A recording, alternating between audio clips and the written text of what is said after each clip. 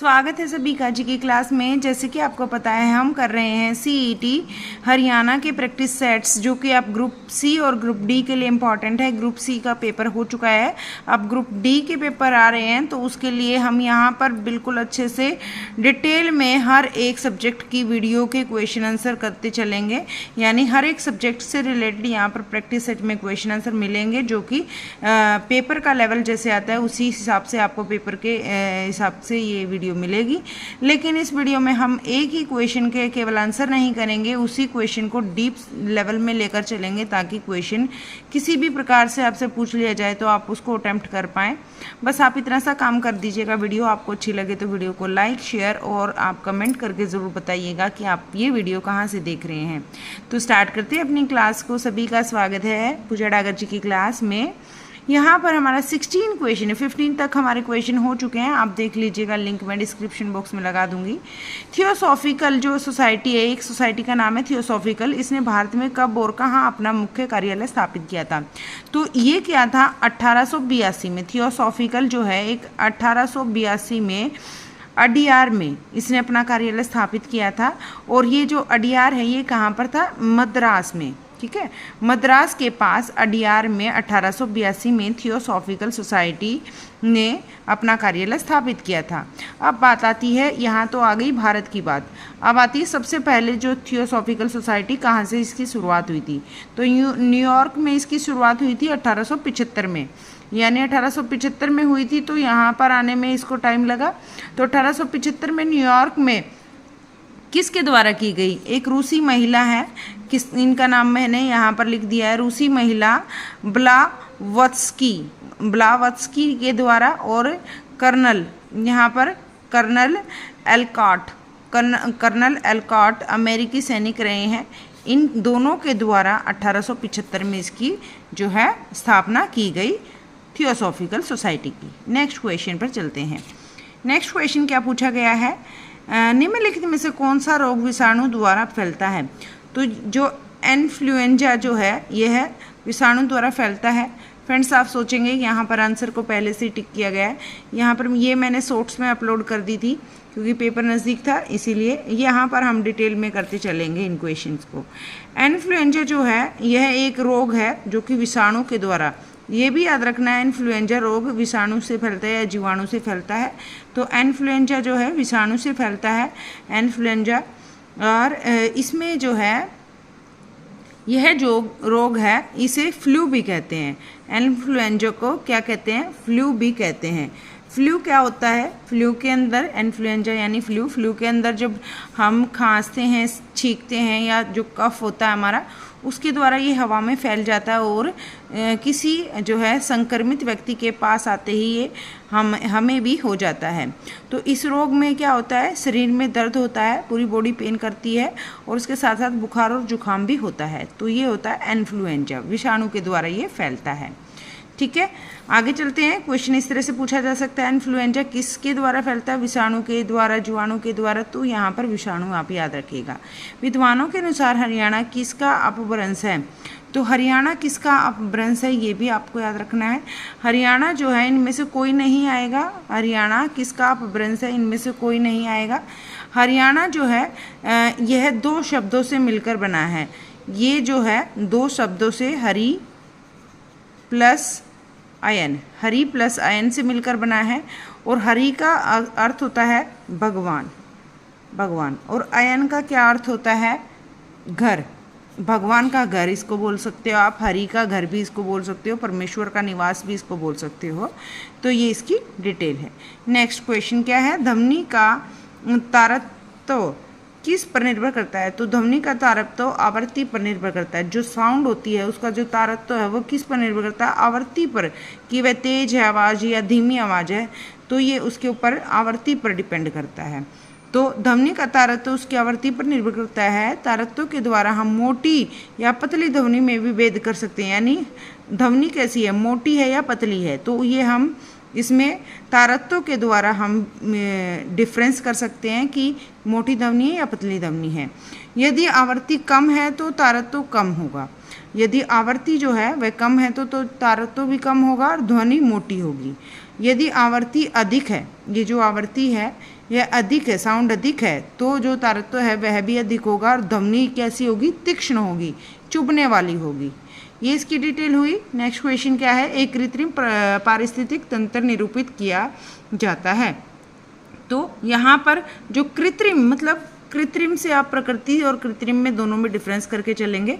प्रकृति जो हमारा प्रकृति द्वारा प्राप्त होता है, कृत्रिम जो हमारे द्वारा बना दिया यानी व्यक्ति के द्वारा बना दिया जाता है। तो प्राकृतिक पारिस्थितिक तंत्र निरूपित किया जाता है जल जीवशाला के द्वारा। किसके द्वारा? जल जीवशाला के द्वारा। जल जीवशाला, कृत्रिम पारिस्थितिक तंत्र में जल जीवशाला और क्या है, फसल, फार्म हाउस इत्यादि आते हैं, जहाँ जीवों को कैसी संरक्षण में रखा जाता है, प्राकृतिक तरीके से पोषित किया जाता है। यह नहीं, हमारे पास जो है सुविधा नहीं होती, हमने खुद से वैसा क्रिएट करते हैं। तो यहाँ कृत्रिम तरीके से हम पोषित करते हैं तथा एक विविध प्रकार के जलीय जीवों का आश्रय स्थल भी इसको कहते हैं। तो इसमें कुछ भी हो सकता है, केकड़ा, घेंगा इत्यादि, तो कोई भी हो सकता है। नेक्स्ट क्वेश्चन है, गोला बारूद उद्योग हरियाणा के किस नगर से? ये क्वेश्चन आया हुआ था सीईटी में। गोला बारूद उद्योग हरियाणा के किस नगर का प्रमुख उद्योग है? तो ये आई थिंक स्विफ्ट, ये तो मुझे याद नहीं है, लेकिन ये क्वेश्चन आया हुआ था। तो गुरुग्राम इसका आंसर रहेगा। और इसका जो है डिटेल तो कुछ करने की ज़रूरत नहीं है, क्योंकि सीधा ही गोला बारूद इंडस्ट्री जो भी आता है सारा गुरुग्राम के अंदर आता है। भारत में पीली क्रांति का संबंध है। तो भारत में जो पीली क्रांति है यह तिलहन के उत्पादन से संबंधित है। जो पीली क्रांति है तिलहन के उत्पादन से संबंधित है, और इस क्रांति में जो है तिलहन का जो है उत्पादन सबसे अधिक माना जाता है। नेक्स्ट क्वेश्चन है हमारा, रेल की पटरियाँ अपने वक्र पर किस कारण से बैक की गई होती हैं? तो रेल की जो पटरियाँ हैं वह अपने वक्र से किस प्रकार से बैक की गई होती हैं? तो रेलगाड़ी के भार के क्षैतिज घटक से आवश्यक अभिकेंद्रीय बल प्राप्त किया जा सकता है। तो इसके द्वारा होता है, यानी अगर मैं बात करूं डिटेल में, तो इसकी रेलगाड़ी की जो पटरियां होती है जब वो गतिशील यानी जब वो मूवमेंट करती हैं, तो रेलगाड़ी के भार, जो रेलगाड़ी का जितना भार होता है, क्षैतिज घटक से आवश्यक अभिकेंद्रीय बल प्राप्त करती है। तो ये अभिकेंद्रीय बल प्राप्त करती है किसी भी मोड़ पर जब रेल या कार के मुड़ते समय पहिए जब सड़क से क्या करते हैं, घर्षण बल पैदा करते हैं, जिसे अभिकेंद्रीय बल कहते हैं। यानी अगर मूवमेंट होगी कार की या रेल की तो घर्षण पैदा होगा उसकी वजह से, जिससे अभिकेंद्रीय बल पैदा होता है। इससे रेलगाड़ी जो है आसानी से अपने सुरक्षित स्थान पर यानी वक्र पर सुरक्षित गुजर जाती है, और इसी से ये बैक की जाती है। नेक्स्ट क्वेश्चन है, निम्नलिखित में से कौन सा अम्ल है जो मूलतः कार्बनिक नहीं होता? तो जो यहाँ पर आएगा सल्फ्यूरिक अम्ल जो है यह क्या होता है? यह कार्बनिक नहीं होता। तो सल्फ्यूरिक अम्ल एक अकार्बनिक क्या होता है? सल्फ्यूरिक अम्ल एक अकार्बनिक होता है। यानी यहाँ पर जितने भी हैं कार्बनिक आएंगे। लैक्टिक अम्ल भी कार्बनिक में आएगा, सिट्रिक अम्ल भी कार्बनिक में आएगा, ऑक्सेलिक अम्ल भी कार्बनिक में आएगा। लेकिन जो सल्फ्यूरिक अम्ल है अकार्बनिक अम्ल है, और इसका उपयोग जो है प्रयोगशाला में किया जाता है। यानी इसका उपयोग हमारे पेट्रोल के शोधन में या निर्जलीकरण आदि रूपों में इसका किया जाता है। नेक्स्ट क्वेश्चन है, राज्य समूह किसके मणिपुर की सीमाएं लगती हैं? यानी राज्य जो मणिपुर जो राज्य है इसमें कौन कौन सी सीमाएं लगती हैं? नागालैंड की, असम की, मिजोरम की। तो इसमें जो उत्तर में है नागालैंड लगता है, उत्तर में, नॉर्थ में नागालैंड, और जो है पश्चिम में असम में लगता है, पश्चिम में, दक्षिण में मिजोरम लगता है। और ये जो मणिपुर की सीमा है यह जो है पूर्व दिशा में भारतीय म्यांमार, भारत का जो म्यांमार है, भारत के जो बाहर म्यांमार है, म्यांमार के साथ अंतर्राष्ट्रीय सीमा भी निर्धारण करती है मणिपुर। याद रखिएगा, भारत और म्यांमार, भारत म्यांमार ये इससे भी सीमा ये साझा करता है। तो मणिपुर, नागालैंड, असम और मिजोरम से सीमा इसकी साझा होती हैं। ठीक है। नेक्स्ट क्वेश्चन है, ये क्वेश्चन करने से पहले वीडियो अभी तक लाइक नहीं की है तो लाइक कर दीजिए और प्लीज़ वीडियो में अंत तक बने रहिएगा। वीडियो आपके लिए बहुत हेल्पफुल रहेगी। वीडियो ज़रा सी भी आपको अच्छी लगे तो शेयर भी कर दीजिएगा और सब्सक्राइब कर लीजिएगा चैनल को, बेल आइकन प्रेस कर लीजिएगा ताकि आपको समय से नोटिफिकेशन मिल जाए। यहाँ पर बात करते हैं निम्न में हरियाणा का सर्वोच्च खेल पुरस्कार कौन सा होता है। हरियाणा में सर्वोच्च खेल पुरस्कार भीम पुरस्कार होता है, सबसे उच्च जो पुरस्कार होता है हरियाणा में सर्वोच्च खेल पुरस्कार। और यहाँ पर सीधे सीधे क्वेश्चन इस तरह से भी पूछ लिया जाता है कि राशि कितनी दी जाती है।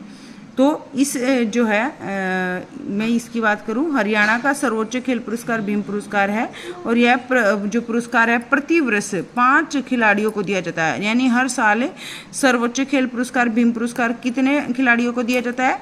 5 खिलाड़ियों को। 5 खिलाड़ियों को कब? साल में एक बार 5 खिलाड़ियों को दिया जाता है ये पुरस्कार। और इसकी जो राशि होती है वह 5 लाख होती है। 5 लाख होती है इसकी राशि। जबकि भारत में दिया जाने वाला सबसे बड़ा खेल पुरस्कार, यहाँ तो बात कर रहे हैं हरियाणा की, अगर भारत का खेल पुरस्कार पूछ लिया जाए तो भारत में दिया जाने वाला सबसे बड़ा खेल पुरस्कार कौन सा है? तो भारत में राजीव गांधी खेल पुरस्कार, राजीव गांधी खेल पुरस्कार ये जो है भारत में दिया जाता है। हरियाणा में दिया जाता है भीम पुरस्कार और भारत में राजीव गांधी खेल पुरस्कार। और इसकी राशि भी आपको पता होनी चाहिए कितने रुपए इसको मिलते हैं इस खिलाड़ी को। तो 7.5 लाख रुपए जो है, 7.5 लाख रुपए इसकी धनराशि मानी जाती है। नेक्स्ट क्वेश्चन है, वर्ष 1971 के भारत पाकिस्तान युद्ध में किसने परमवीर चक्र अपनी सेवाओं के साथ प्राप्त किया था? तो यहाँ पर जब भारत और पाकिस्तान का युद्ध हो रहा था 1971 में, कब हो रहा था युद्ध? 1971 में। तब परमवीर चक्र एक जो है व्यक्ति को दिया गया था। उस व्यक्ति का नाम क्या था? तो उस व्यक्ति का नाम था होशियार सिंह दहिया। इनको परमवीर चक्र मिला था भारत पाकिस्तान युद्ध 1971 में, जो सेवाएं इन्होंने दी थी उसकी वजह से। और यहाँ जो है होशियार सिंह जो है कहाँ के हैं ये भी डिटेल आपको पता होनी चाहिए। हरियाणा के सोनीपत, हरियाणा के सोनीपत जिले के कौन से गांव? सियाणा गांव में से ये संबंधित रहे हैं। और इनका जो है और क्या डिटेल आ सकती है इनसे रिलेटेड? तो ये जाट हिंदू जाट परिवार में जो है ये चौधरी हीरा सिंह के पुत्र थे। तो किसके, इनके फादर का नाम क्या था? होशियार सिंह के हीरा सिंह के घर ये जन्मे थे। इसके अतिरिक्त भारत का प्रथम परमवीर चक्र मेजर सोमनाथ जी को भी दिया गया था 1947 में। जो है भारत का पहला परमवीर चक्र भारत का ये है जो है परमवीर चक्र 1971 में भारत पाकिस्तान के युद्ध के समय होशियार सिंह को। और अगर पूछ लिया जाए भारत का पहला परमवीर चक्र किसे दिया गया? भारत का, साथ साथ मैं मेन भी बताती जा रही हूँ, भारत का फर्स्ट पहला यह दिया गया था किसको? यह दिया गया था मेजर सोमनाथ शर्मा को। मेजर सोमनाथ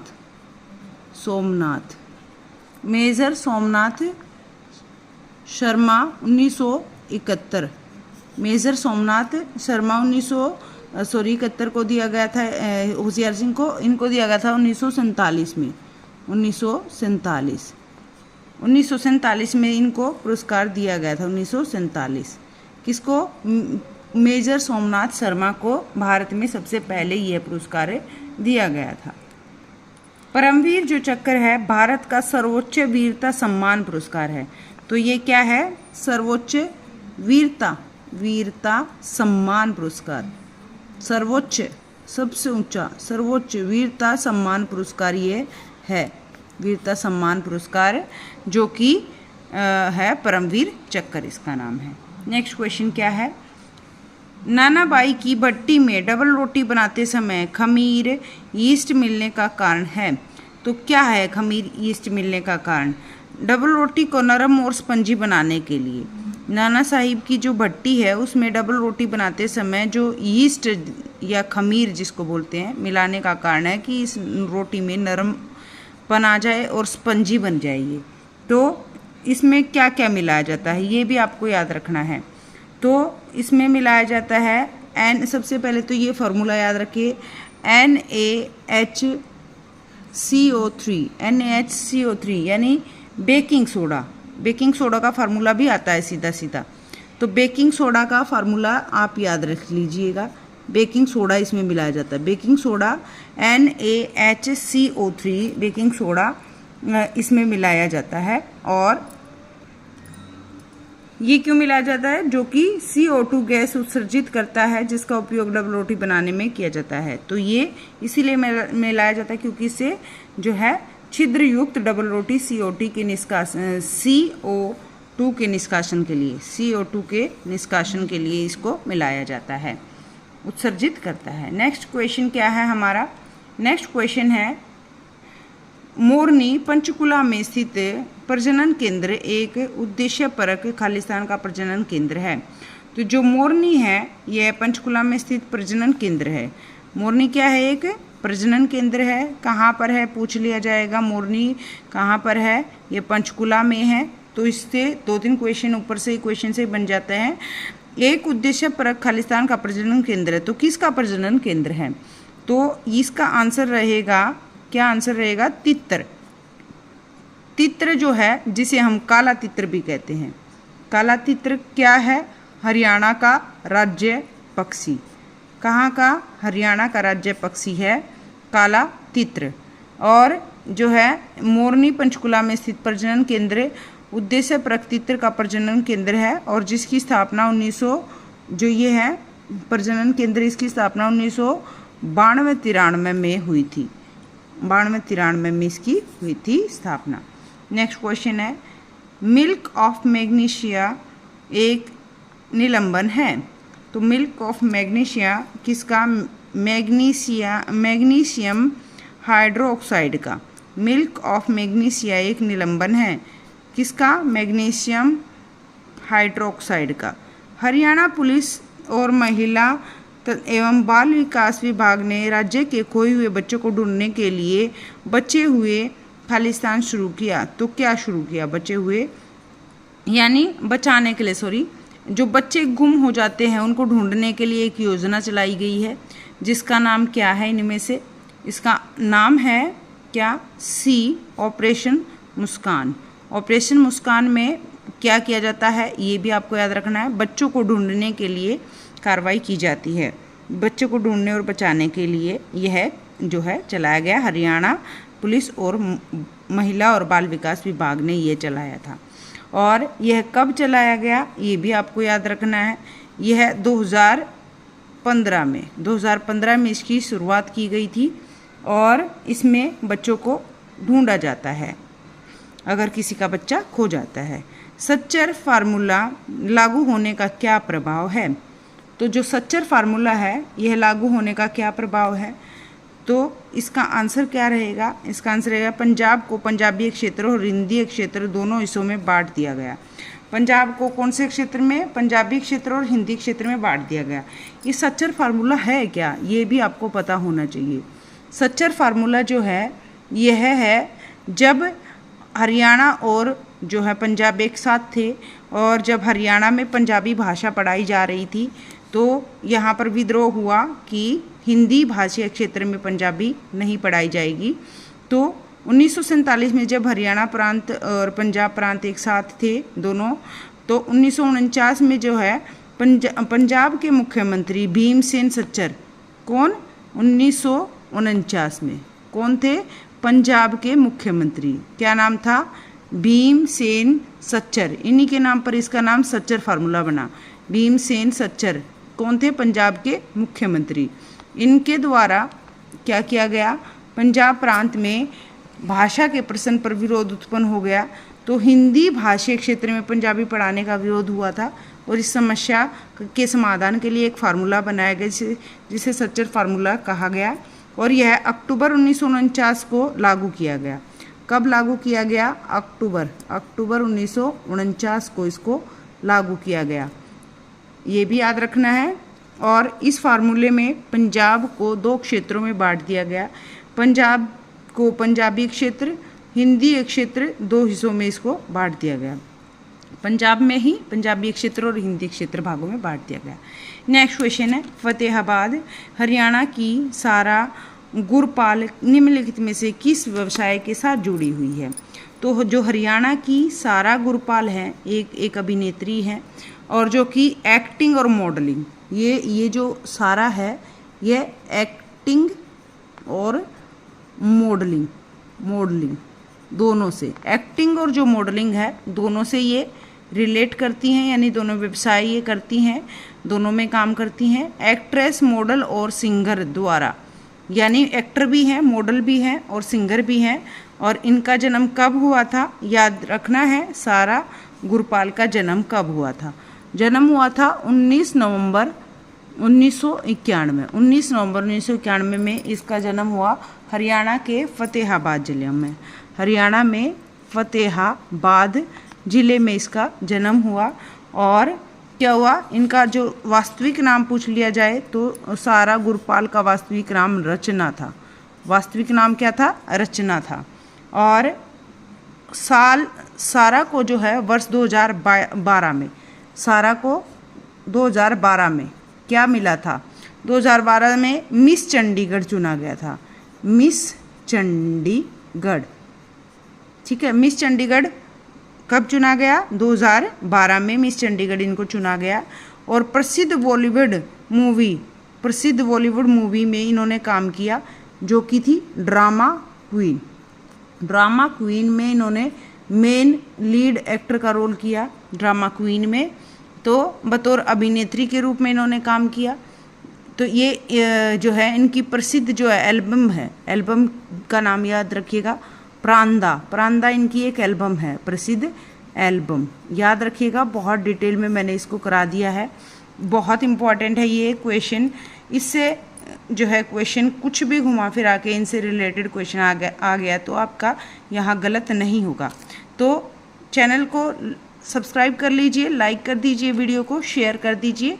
कुछ 2-4 क्वेश्चंस और कर लेते हैं। 15 क्वेश्चन कल हो चुके थे तो और कुछ क्वेश्चंस हम कर लेते हैं। इसको डिटेल में आई थिंक दोबारा बताने की ज़रूरत नहीं है, फिर भी मैं इसको बहुत स्पीडली बताना चाहूँगी।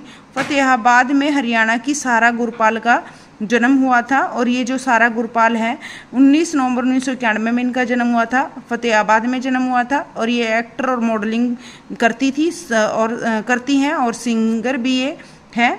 और इनकी जो है रचना नाम है, इनका वास्तविक नाम रचना है।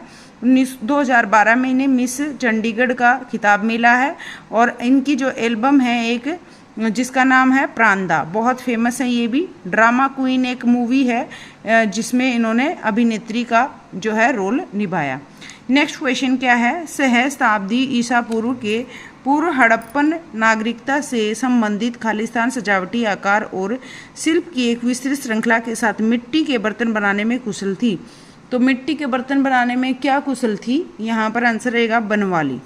जो हरियाणा में हड़प्पा नागरिकता से संबंधित बनावटी सजावटी आकार और शिल्प की एक विस्तृत श्रृंखला के साथ मिट्टी के बर्तन बनाने में कुशल थी।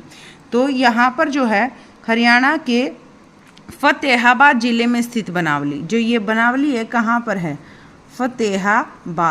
फतेहाबाद में स्थित है ये बनावली, याद रखिएगा। और इसमें जो है सिंधु घाटी सभ्यता के ऐतिहासिक अवशेष प्राप्त हुए हैं बनवाली में। बनवाली में जो है क्या है, यहाँ लोग जो है मिट्टी के बर्तन बनाने में बहुत कुशल हैं, यानी बहुत सक्षम हैं। यहाँ मिट्टी के बर्तनों की सजावटी आकार और शिल्प की एक विस्तृत श्रृंखला के रूप में इसको मनाया जाता है। नेक्स्ट क्या है? नेक्स्ट क्वेश्चन है, लवणीय मृदा खालिस्तान के भागों में पाई जाती है। लवणीय मृदा खालिस्तान के भागों में पाई जाती है, इसका आंसर ये रहेगा क्या? सभी, सोनीपत, गुरुग्राम, रोहतक सभी में आता है लवणीय मृदा।